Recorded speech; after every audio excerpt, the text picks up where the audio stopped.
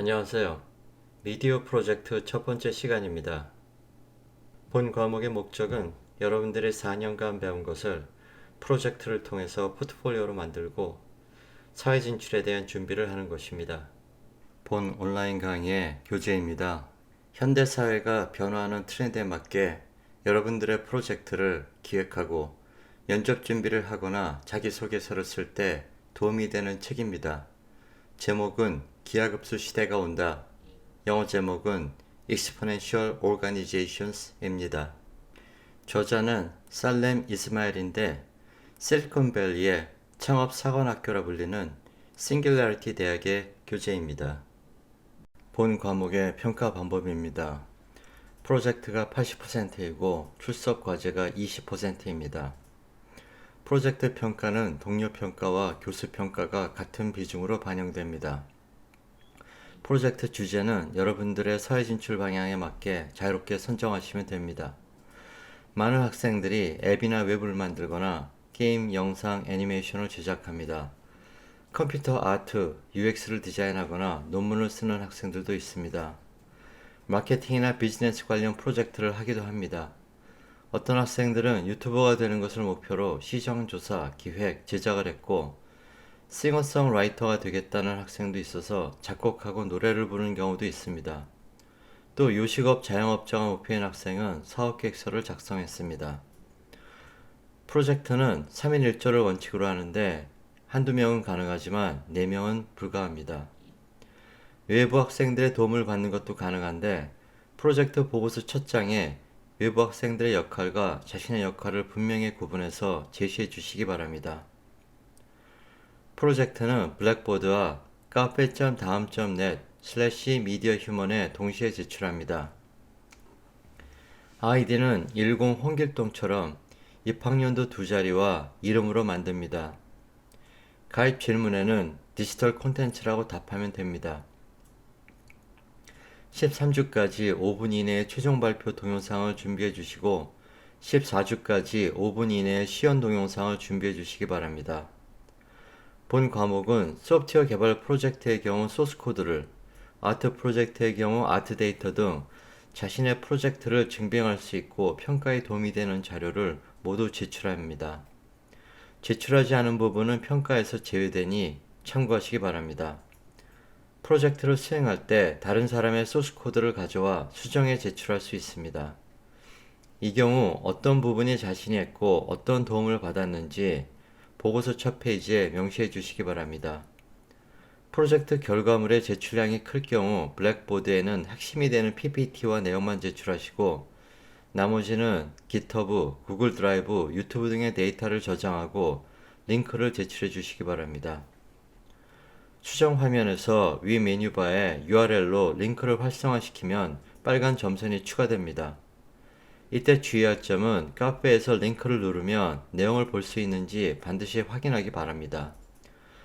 특히 구글 드라이브에서 공유 설정 권한을 부여하지 않으면 평가에서 대단히 큰 손해를 볼 수 있습니다. 이러한 실수는 경고에도 불구하고 매년 몇 명씩 발생합니다. 뒤늦게 성적에 이의 신청을 해도 구제될 방법이 없습니다. 동료 평가를 다시 받을 방법이 없기 때문입니다. 프로젝트 결과물은 팀에서 한 명만 제출하면 됩니다. 반면에 과제와 동료 평가는 각 개인별로 별도로 제출합니다. 과제는 매주 3페이지씩 총 14번 제출하면 됩니다. 최종 프로젝트나 본인의 관심 분야에 관한 자료를 찾아 이를 3페이지 정도로 요약하고 분석합니다. 최종 프로젝트의 과제 내용을 활용해도 됩니다. 어느 정도 수준만 넘으면 과제는 만점을 받으니 큰 부담 없이 수행하기 바랍니다. 다른 사람과 과제 주제는 같아도 되지만 완전히 과제 내용까지 같아서는 안 됩니다. 마지막으로 만일 중국발 코로나 바이러스 등의 사유로 수업이 없을 경우 프로젝트와 과제 온라인 출석으로 100% 평가합니다. 이 경우 발표의 기회 없이 동료 평가가 이루어지기 때문에 카페의 링크가 제대로 동작하지 않으면 큰 손해를 볼 수 있습니다. 반드시 체크하시기 바랍니다. 다음은 팀원을 찾고 있는 경우입니다. 만일 오프라인 수업이 있는 경우 첫 시간에 앞에 나와서 각각 1분 발표를 하고 그 후 뜻이 맞는 동료 팀원을 찾습니다.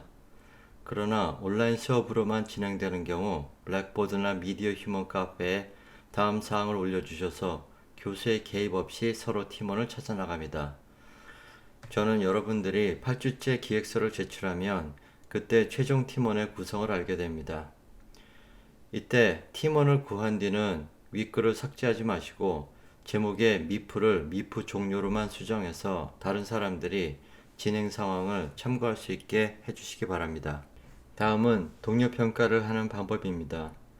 만일 31개 팀이 있다면 자신의 등수는 가장 높은 점수인 0을 기입하시고 나머지 팀들은 1부터 30까지 등수를 기입하시면 됩니다.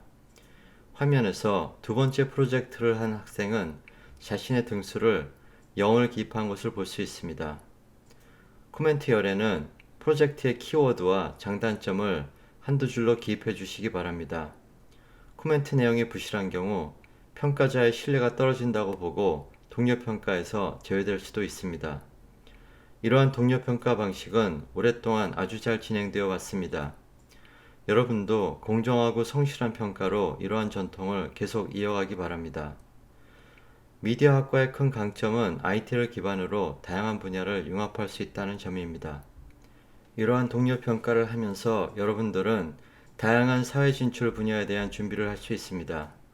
경쟁 속에서 서로 돕고 집단지성의 결과물을 적극적으로 활용하십시오. 다음은 여러분 선배들이 진행한 프로젝트 사례들을 살펴보도록 하겠습니다.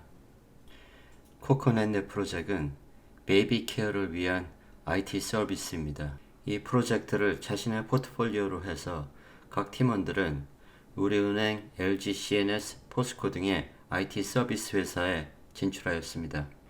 유아건강 프로젝트를 하고서도 금융 분야 IT 서비스에 진출할 수 있는 이유는 고객 데이터를 분석하는 머신러닝 알고리즘은 다양한 도메인에 적용이 가능하기 때문입니다. IT 서비스 회사 진출에 관심이 계신 분들은 kaggle.com에 가면 많은 데이터와 소스코드 등 자료가 있으니 참고하시기 바랍니다. 자, 그러면 최종 제출한 PPT 자료를 설명하겠습니다. 프로젝트 케어, 사용 기술, 기능 설명, 발전 방향입니다. 첫 번째 페이지는 왜 이 프로젝트가 중요한가, 필요한가를 설명합니다. 기억에 남는 캐치프레이즈와 사진 한 장으로 시작했습니다. 부모님은 밤낮 없이 아기를 보살핍니다. 그럼에도 불구하고 한 해에도 수없이 많은 안타까운 아기들의 사건 사고가 발생합니다. 앞장과 이번 장의 슬라이드를 두 개로 나눔으로써 여러분 마음에 어떤 변화가 있었는지를 주목하십시오.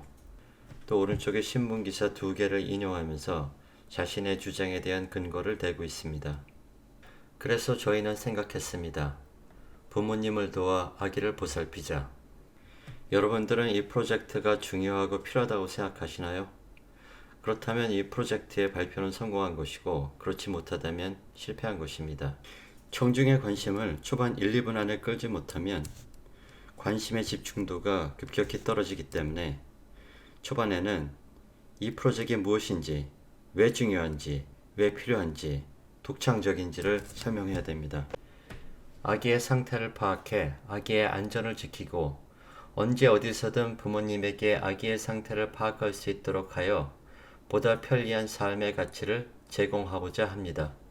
자신의 프로젝트가 뭔지 항상 한두 문장으로 이야기할 수 있어야 됩니다.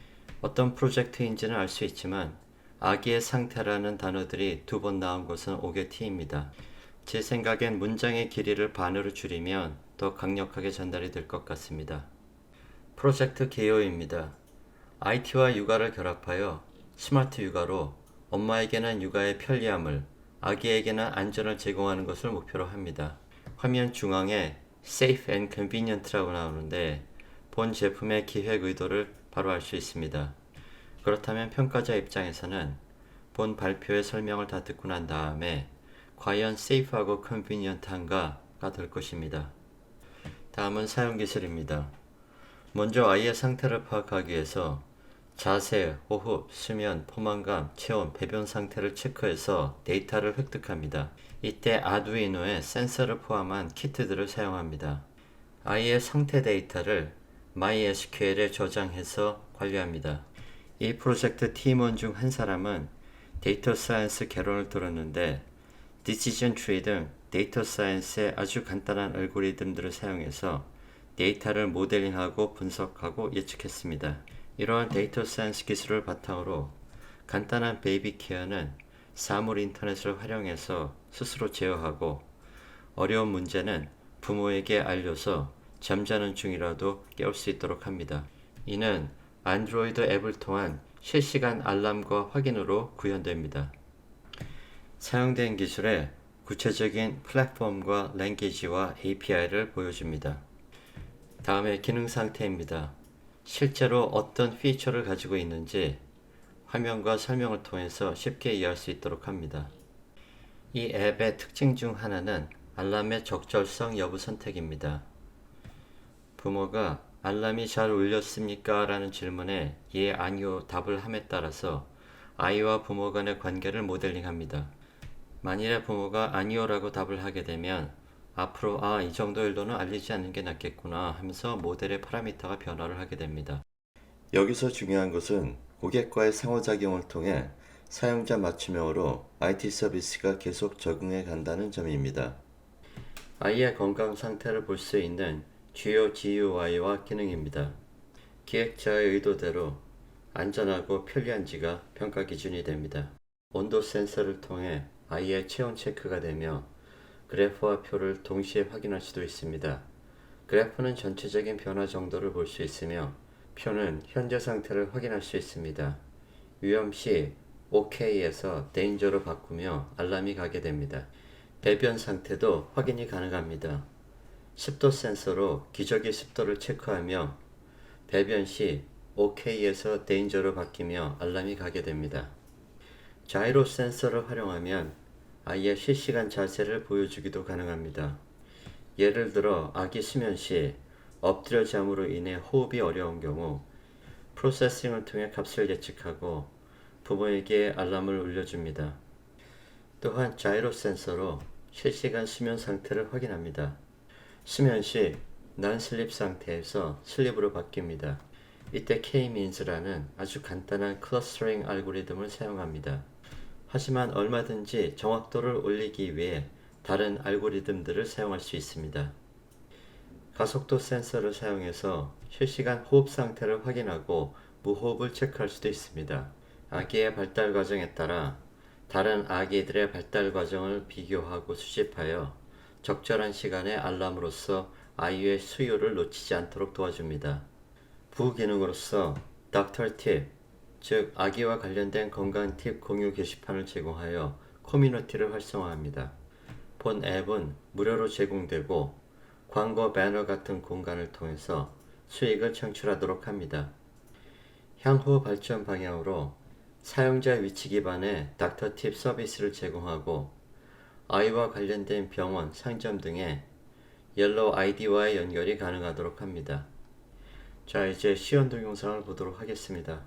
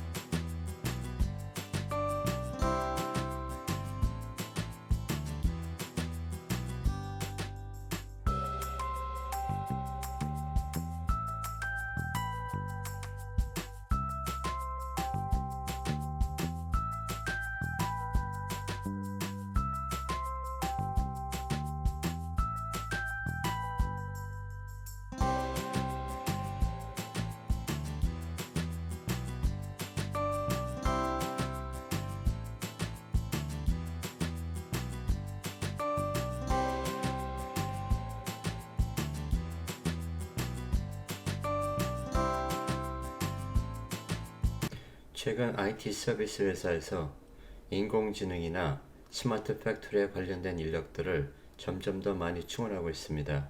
인공지능의 경우는 석사 이상의 학위를 요구하는 경우가 많지만 스마트 팩토리 분야는 학사 학위로도 가능하기 때문에 그에 맞추어 포트폴리오를 준비했습니다.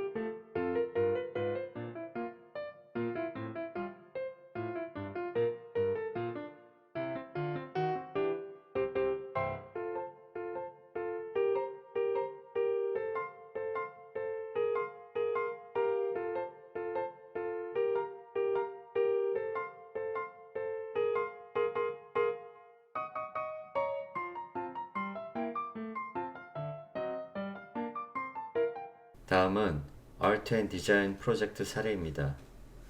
이 학생은 훗날 디자인 직군으로 나가기 위해서 프로젝트를 기획했는데 귀걸이 커스터마이징 서비스를 기획, 브랜딩하고 웹사이트 디자인 및 프로토타이핑까지 목표로 잡아 진행했습니다.